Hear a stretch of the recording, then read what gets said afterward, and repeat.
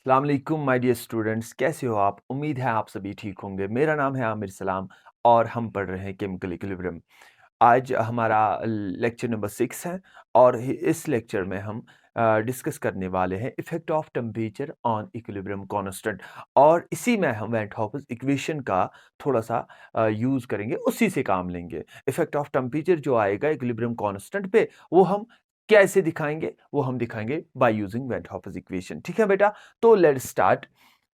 तो क्या है हमारा topic? Effect of temperature on equilibrium constant. Equilibrium constant पे क्या असर रहेगा, क्या इफेक्ट करेगा टेम्परेचर इक्विलिब्रियम कांस्टेंट को? और आपको पता होगा प्रीवियस लेक्चर में हमने देखा कि टेम्परेचर इक्विलिब्रियम कांस्टेंट टेम्परेचर को इंक्रीज या डिक्रीज करने से, या और we can say in simpler language we can say temperature को चेंज करने से इक्विलिब्रियम कांस्टेंट चेंज होता है। ठीक है, और अभी हम देखेंगे इस लेक्चर में कि टेम्परेचर को इंक्रीज अगर करेंगे या टेम्परेचर को डिक्रीज अगर करेंगे इक्विलिब्रियम कांस्टेंट क्या होगा, इंक्रीज होगा या डिक्रीज होगा, वो हम इस आज के टॉपिक में डिस्कस करने वाले हैं। ठीक है, तो आपको पहले शार्प 2 पॉइंट्स मैं दूंगा, वो आपको नोट करने हैं। वो इसी टॉपिक के रिलेटेड है। 2 पॉइंट्स, बहुत अच्छे पॉइंट्स है, क्लीन पॉइंट्स है। पॉइंट नंबर वन है टेम्परेचर। अगर आप बेटा टेम्परेचर इंक्रीज करोगे, अगर आप अच्छे से समझो, अच्छे से सुनो, अगर आप टेम्परेचर इंक्रीज करोगे किस रिएक्शन में? एंडोथर्मिक रिएक्शन में। अगर आप टेम्परेचर इंक्रीज करोगे इन एंडोथर्मिक रिएक्शन, आपका इक्विलिब्रियम कांस्टेंट जो होगा, इक्विलिब्रियम कांस्टेंट जो होगा इक्विलिब्रियम कांस्टेंट जो होगा वो क्या होगा? वो भी इंक्रीज होगा, वो भी इंक्रीज होगा। क्या मैंने बोला? सिंपल, टेम्परेचर इंक्रीज करोगे इन एंडोथर्मिक रिएक्शन, इक्विलिब्रियम कांस्टेंट भी इंक्रीज होगा। Equilibrium constant will also increase. This is case number first. और पॉइंट नंबर सेकंड जो आपको याद रखना है, फिर हम ये सारा जो भी हमारा वेंट हॉप जो भी आ रहा है वो हम देखेंगे फिर, लेकिन 2 पॉइंट्स हैं, 2 पॉइंट्स आपको याद रखने। टेम्परेचर इंक्रीज करने से, अगर हम टेम्परेचर इंक्रीज करेंगे एंडोथर्मिक रिवर्सिबल रिएक्शन में, उसका इक्विलिब्रियम कांस्टेंट जिसको आप बोलते हो Kc, वो भी इंक्रीज होगा। ठीक है, this is point number 1। Point number 2 इसका अपोजिट है। अगर आप बेटा टेम्परेचर इंक्रीज करोगे, लेकिन किस रिएक्शन में? इन एक्सोथर्मिक रिएक्शन। अगर आप टेम्परेचर इंक्रीज करोगे एक्सोथर्मिक रिएक्शन में, तो Kc जो है इक्विलिब्रियम कांस्टेंट जो होगा उस रिएक्शन का, वो क्या होगा? वो डिक्रीज होगा। Kc will decrease. 2 पॉइंट्स मैंने बोले, सिंपल से पॉइंट्स हैं। पॉइंट नंबर 1, टेम्परेचर इंक्रीज करोगे एंडोथर्मिक रिएक्शन में, Kc भी इंक्रीज होगा। पॉइंट नंबर 2, टेम्परेचर इंक्रीज करोगे एक्सोथर्मिक रिएक्शन में, Kc डिक्रीज होगा। तो एक्सो में डिक्रीज होगा with the increase in temperature, लेकिन एंडो में with the increase in temperature Kc भी इंक्रीज होगा। ये 2 पॉइंट्स आपको याद रखने हैं। ठीक है, you just pen down these 2 points, then we will continue. मैं फिर से बताऊंगा, temperature will increase if temperature will increase in endothermic reaction, Kc that is equilibrium constant will increase. दूसरा, temperature increase in exothermic reaction, अगर exothermic reaction होगी temperature increase करोगी, Kc will decrease, Kc decrease होगा। ये 2 points मैंने बोले। ठीक है, now I will rub these 2 points, और मैं आपको और एक चीज, अच्छी सी चीज बताने वाला हूं, दैट इज डेल्टा एच के बारे में। डेल्टा एच के हम आ रहे हैं वेट ऑफ इक्वेशन पे, लेकिन पहले आपको ये दो तीन चीजें जो है ये आपको पता होनी चाहिए। डेल्टा एच जो होती है इसको हम बोलते हैं एंथैल्पी। ये आपने थर्मोडायनेमिक्स में पढ़ा होगा, एंथैल्पी। ठीक है, डेल्टा एच एंथैल्पी नहीं पड़ी है, मतलब टेंशन यहां पे हमें बस एक चीज याद रखना है, एंथैल्पी डेल्टा एच जो होती है ये एंडोथर्मिक रिएक्शन के लिए पॉजिटिव होती है, और डेल्टा एच यही एंथैल्पी नेगेटिव होती है किन के लिए? एक्सोथर्मिक रिएक्शंस के लिए। बस इतना याद रखना है यहां पे, एक्सोथर्मिक रिएक्शंस के लिए डेल्टा एच नेगेटिव और एंडोथर्मिक रिएक्शंस के लिए डेल्टा एच पॉजिटिव होता है। Pen down these 2 points. फिर से बोलूंगा, डेल्टा एच जिसको आप एंथैल्पी बोलते हो, एंथैल्पी पॉजिटिव होता है एंडोथर्मिक रिएक्शन में, एंथैल्पी नेगेटिव होता है एक्सोथर्मिक रिएक्शन में। इसका मतलब ये भी मैं बताऊं, अगर एंथैल्पी डेल्टा एच नेगेटिव, आपकी रिएक्शन जो होगी वो एक्सोथर्मिक होगी। अगर डेल्टा एच किसी रिएक्शन का पॉजिटिव आ रहा है, वो रिएक्शन एंडोथर्मिक होगी। सर यहां तक समझ आया? So you will write it down. Delta H positive endothermic, delta H negative exothermic. ठीक है? We'll rub it now. Now we will come on effect of temperature on equilibrium constant. ये इसके लिए बेस मैंने बनाई। अब हम आएंगे effect of temperature क्या रहेगा equilibrium constant पे। तो हमारे पास एक इक्वेशन है जो दी है वेंट हॉफस इक्वेशन, जिसको जो वेंट हॉफ ने दी है, जिसको बोलते हैं वेंट हॉफस इक्वेशन। सर वो क्या है? वो है log of K2 by K1 is equal to log of K2 by K1 is equal to delta H divided by 2.303 R multiplied by T2 minus T1 divided by T1 T2। ये है वो relation. ठीक है, T1 T2।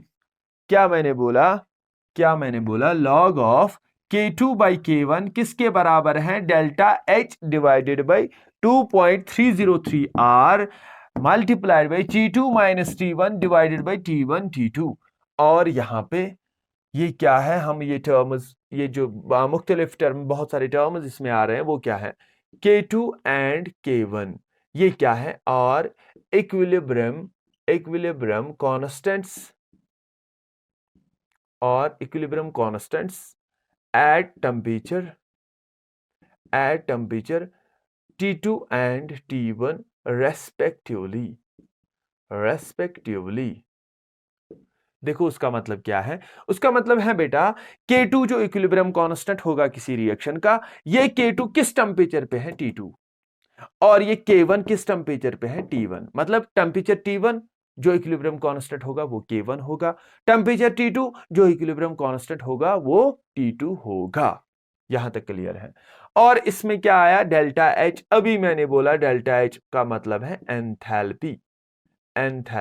ठीक है, enthalpy. और R का मतलब क्या है? सर R का मतलब गैस कांस्टेंट। पिछले लेक्चर्स में भी हमने ये डिस्कस किया था, गैस कांस्टेंट। और इसका वैल्यू कितना होता है? 0.082 litre atmosphere kelvin inverse mole inverse. ठीक है, गैस कांस्टेंट का। बस हो गई सारी टर्म्स एक्सप्लेन। मैंने बोला K2 क्या है? Equilibrium constant at temperature T2। K1 क्या है? Equilibrium constant at temperature T1। Delta H क्या है? एंथैल्पी। R क्या है? Gas constant. T2 T1 temperatures. ये T2 T1 क्या है? T1 T2 क्या है? टेम्परेचर्स। ठीक है, जहां पे इक्विलिब्रियम कांस्टेंट होता है K2 K1। ठीक है, T1 पे टेम्परेचर T1 पे equilibrium constant K1, temperature T2 पे इक्विलिब्रियम कांस्टेंट K2। अब हमें इसी इक्वेशन का इस्तेमाल करके, इसी इक्वेशन को यूज करके हमें टेम्परेचर का इफेक्ट दिखाना है इक्विलिब्रियम कांस्टेंट पे। देखो बेटा, मैं सिंपल बताऊंगा, सिंपल तरीके में। केस हमें 3 बनेंगे। केस फर्स्ट, अगर डेल्टा H किसी रिएक्शन का 0 हुआ, डेल्टा H जो है, एंथैल्पी जो है, अगर ये 0 के बराबर हुआ, तब इक्विलिब्रियम कांस्टेंट को क्या होगा? इंक्रीज होगा, डिक्रीज होगा, सेम रहेगा, क्या होगा? ठीक है, वो हम देखेंगे। डेल्टा H जब 0 के बराबर होगा, लॉग ऑफ, जरा पुट करो डेल्टा H इस इक्वेशन में 0, log of K2 by K1 is equal to, इसके बदले 0 divided by 2.303 R into T2 minus T1 divide by T1 T2, है ना यही। लेकिन 0 के साथ किसी भी चीज को मल्टीपल दो सर, वो बनेगा 0। इसका मतलब K2 by K1 is equal to 0, ठीक है। तो आप लिखोगे यहां तक K2 by K1 is equal to 0। यहां तक पेन डाउन करो, यहां तक, फिर मैं लिखूंगा यहां से।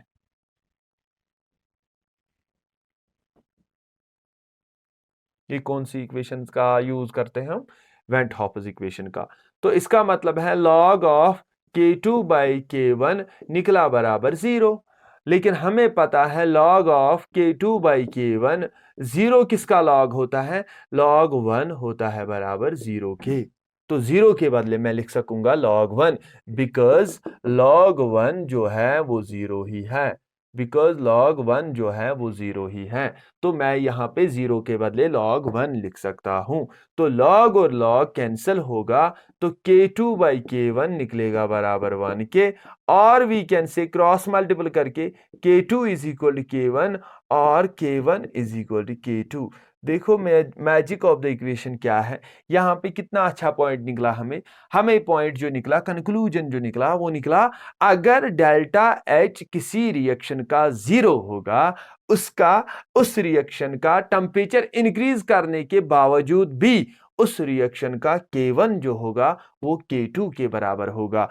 K2 आपने टेम्परेचर इंक्रीज किया लेकिन डेल्टा H उसका 0 है। अगर डेल्टा H 0 है, K1 और K2 बराबर होंगे। सर K1 और K2 मैंने पहले ही बोला ये equilibrium constant at temperature T1 और K2 क्या है? Equilibrium constant at temperature T2, और वो T2 टेम्परेचर ज्यादा होगा T1 से। इट मींस अगर आपने टेम्परेचर भी इंक्रीज किया किसी रिएक्शन का, लेकिन अगर उसका डेल्टा H 0 है, आप कितना भी इंक्रीज कर लो वहां पे आपका K1 आएगा बराबर K2 के। इक्विलिब्रियम कांस्टेंट के पे कोई फर्क नहीं पड़ने वाला तब जब आपका डेल्टा H 0 होगा। ठीक है बेटा, यहां तक क्लियर है? This was case number first. This was case number first. ये आप पेन डाउन कीजिए, इसके बाद हम उठाएंगे केस नंबर सेकंड। इसके बाद हम उठाएंगे केस नंबर सेकंड। ठीक है, okay, will start case number second.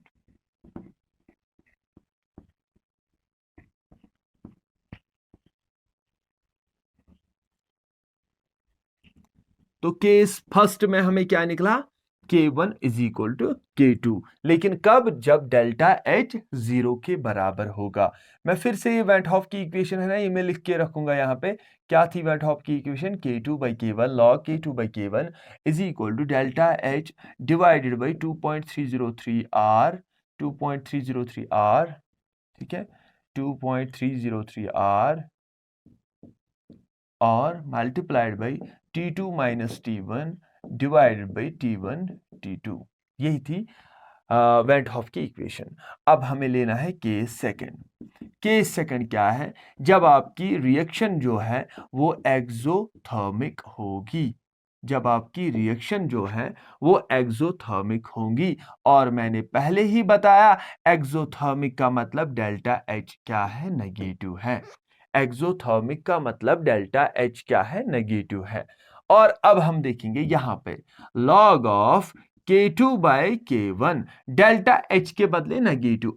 It means ये डेल्टा H नेगेटिव है, ये माइनस में है, ये प्लस है, ये सारा प्लस है, लेकिन माइनस में आगे है, मीन्स सारी टर्म माइनस आएगी। ये तो इजी सी बात है, सारी टर्म आएगी माइनस में।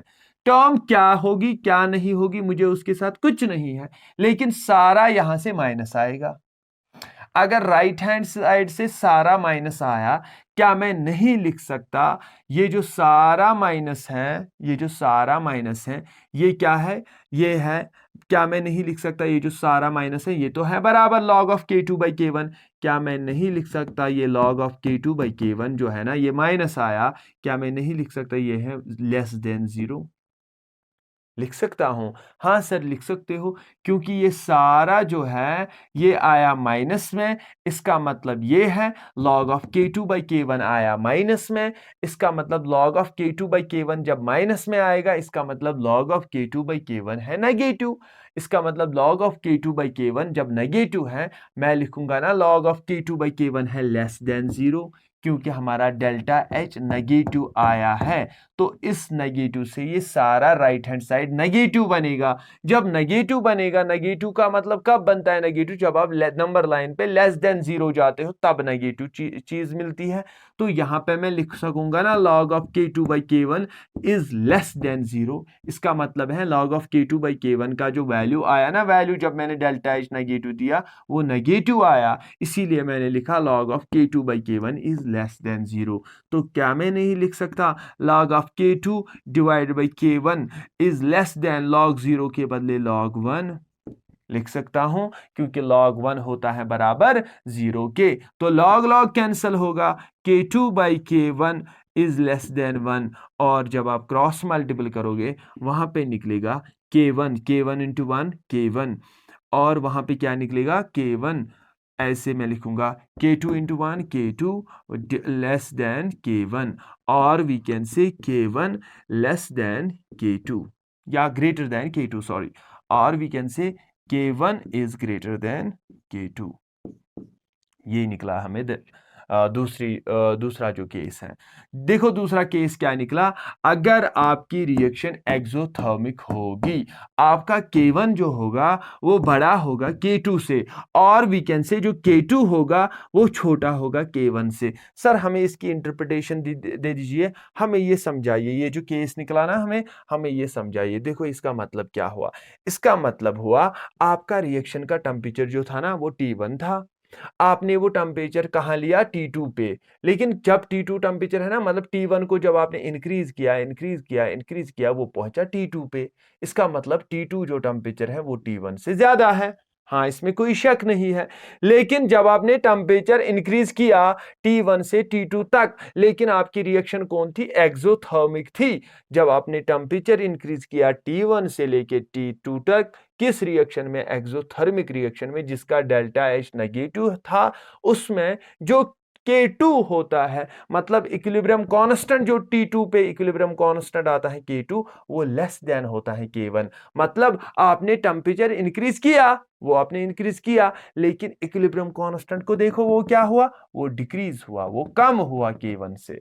मतलब एक्सोथर्मिक रिएक्शंस में अगर आप टेम्परेचर इंक्रीज करोगे, जो मैंने पहले बोला था, अगर आप टेम्परेचर इंक्रीज करोगे equilibrium constant will decrease. You can see here T2 जो टेम्परेचर होता है ना ये रिएक्शंस में, वो हम इस रिएक्शन में वेंट हॉफ इक्वेशन में T2 टेम्परेचर हम ज्यादा लेते हैं T1 से। इसका मतलब है T2 मैंने टेम्परेचर इंक्रीज किया है, T1 से मैंने टेम्परेचर कहां तक पहुंचाया है, T2 पे।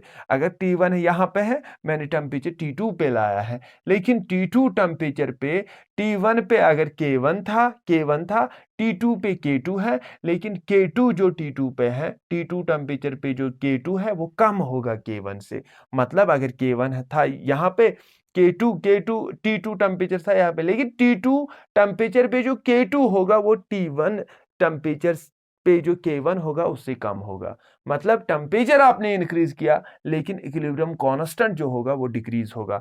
कब डिक्रीज होगा, जब आपकी रिएक्शन एक्सोथर्मिक होगी, जब आपकी रिएक्शन में डेल्टा H नेगेटिव होगा। This was case number second. इसके बाद है केस नंबर थर्ड, वो हम डिस्कस करेंगे। You just pen it down, then we will discuss case number third, that will be for endothermic reactions. Okay, pen it down.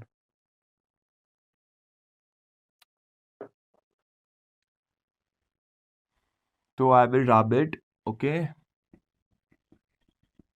आराम से कीजिए, कोई मसला नहीं है, इजीली अंडरस्टैंड कर सकते हो, बस थोड़ा सा ध्यान देना है, उतना डिफिकल्ट नहीं है जितना आप समझ रहे हो, ठीक है।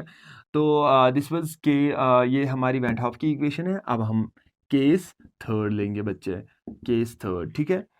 केस थर्ड में डेल्टा H जो है वो पॉजिटिव है। कब होगा डेल्टा H पॉजिटिव, सर जब हमारी रिएक्शन एंडोथर्मिक होती है ना, तब हमारा डेल्टा H जो होता है ये पॉजिटिव होता है।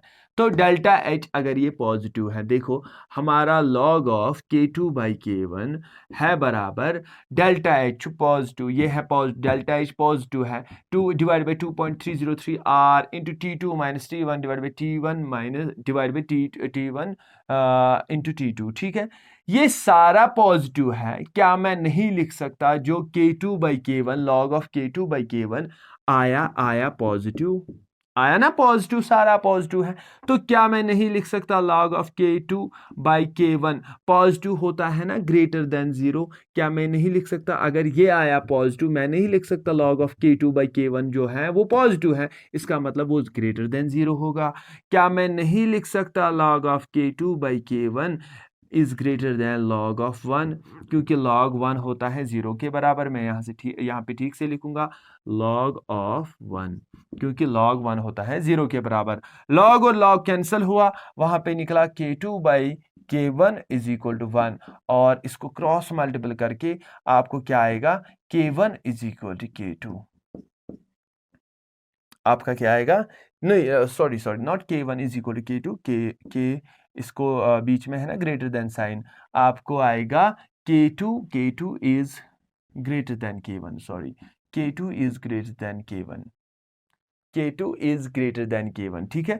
यहाँ पे है ना greater than sign, k2 by k1 is greater than 1, k2 by k1 is greater than 1 को मैंने डिवाइड किया 1, k2 into 1 k2, k1 into 1 k1, तो हमें जो रिजल्ट निकला वो निकला k2 जो होगा वो k1 से ज्यादा होगा। सर इसकी इंटरप्रिटेशन दे दीजिए, इसको थोड़ा सा एक्सप्लेन कीजिए। देखो इसका मतलब क्या है, इसका मतलब था जब k1 था ना इक्विलिब्रियम कांस्टेंट, तब टेम्परेचर था T1, जब K2 होता है इक्विलिब्रियम कांस्टेंट तब टेम्परेचर T2 होता है। लेकिन हमें ये पता है ये जो T2 है ये टेम्परेचर ज्यादा है T1 से, लेकिन since the reaction is endothermic, और हमें क्या निकला, K2 T2 टेम्परेचर पे जो K2 होगा ना ये भी ज्यादा होगा K1 से। मतलब अगर आपकी रिएक्शन एंडोथर्मिक है, मतलब डेल्टा H है पॉजिटिव उसका, उसमें जो K2 होगा टेम्परेचर T2 पे, मतलब जब आपने उस रिएक्शन का टेम्परेचर इंक्रीज किया, जो वहां पे K2 होगा उस टेम्परेचर T2 पे K2 जो होगा वो T1 टेम्परेचर का जो K1 होगा उससे बड़ा होगा, लेकिन provided your reaction is endothermic. तो अब आपने लास्ट पे 2 पॉइंट्स याद रखने हैं, 3 पॉइंट्स एक्चुअली। अगर आपका डेल्टा H 0 होगा, आपका K1 होगा K2 के बराबर, K1 होगा K2 के बराबर। अगर आपका डेल्टा H पॉजिटिव होगा, मीन्स रिएक्शन एंडोथर्मिक होगी, इसका मतलब K2 ग्रेटर देन होगा K1। और तीसरा केस, अगर आपका डेल्टा H नेगेटिव होगा, जो कि तीसरा केस ये है पॉजिटिव होगा, या दूसरा केस जो हमने डिस्कस किया था, अगर आपका डेल्टा H नेगेटिव हुआ एक्सोथर्मिक वाला, अगर आपका डेल्टा H नेगेटिव हुआ दैट इज एक्सोथर्मिक, और आप टेम्परेचर इंक्रीज कर रहे हो, उससे क्या होगा, K2 विल डिक्रीज, ठीक है, K2 विल डिक्रीज, K2 क्या होगा, डिक्रीज होगा। इसकी हम फर्दर एक्सप्लेनेशन देखेंगे जब हम लिचट-लियर्स प्रिंसिपल पढ़ेंगे ना आगे, वहां पे आपको ये अच्छे से क्लियर होगा। लेकिन फिलहाल के लिए इतना समझना जरूरी है आपके लिए कि वेट-हॉफस इक्वेशन से हम effect of temperature on equilibrium constant पे जो है, इक्विलिब्रियम कांस्टेंट पे क्या असर पड़ेगा टेम्परेचर से, टेम्परेचर इंक्रीज करने से क्या होगा, टेम्परेचर डिक्रीज करने से क्या होगा, ये कौन इक्वेशन है जो हमें ये एक्सप्लेन करती है, दैट इज वेट-हॉफस इक्वेशन। लेकिन उस इक्वेशन में जो मेन कंपोनेंट है that is delta H enthalpy. आपको ये पता होना चाहिए जो रिएक्शन पे हम काम कर रहे हैं वो एंडोथर्मिक है कि वो एक्सोथर्मिक है, ये पता होना चाहिए आपको। जब आपको ये पता चलेगा वो एक्सोथर्मिक है वो एंडोथर्मिक है, आप खुद डिसाइड कर सकते हो कि जो K2 डिफरेंट इक्विलिब्रियम कांस्टेंट्स आएंगे, K1 टेम्परेचर T1 पे, K2 टेम्परेचर T2 पे, वो उनके बीच में क्या रिलेशन होगी। तो वो गोल्डन रिलेशंस जो भी 3 केसेस निकलेंगे वो कौन आपको देगा, यही वेट-हॉफस की इक्वेशन, ठीक है बेटा। अगर मतलब जो भी इसमें आ रहा है ना, थोड़ा सा ध्यान दीजिए, मुझे नहीं लगता है there is any chance of getting confused, because this is totally simple. Okay, you can just get it, just pen it down, और थोड़ा सा कंसंट्रेट करे बोर्ड पे, जो मैं लिख रहा हूँ, मेरे वर्ड्स पे थोड़ा सा ध्यान दे, मैं क्या बोल रहा हूँ उस पे ध्यान दे। I hope you will get it with time. Okay, thank you, अल्लाह हाफिज। I think this is sufficient for this lecture, we will conclude it here. तो दे दीजिए इजाज़त, अल्लाह हाफिज़, ठीक है, ओके।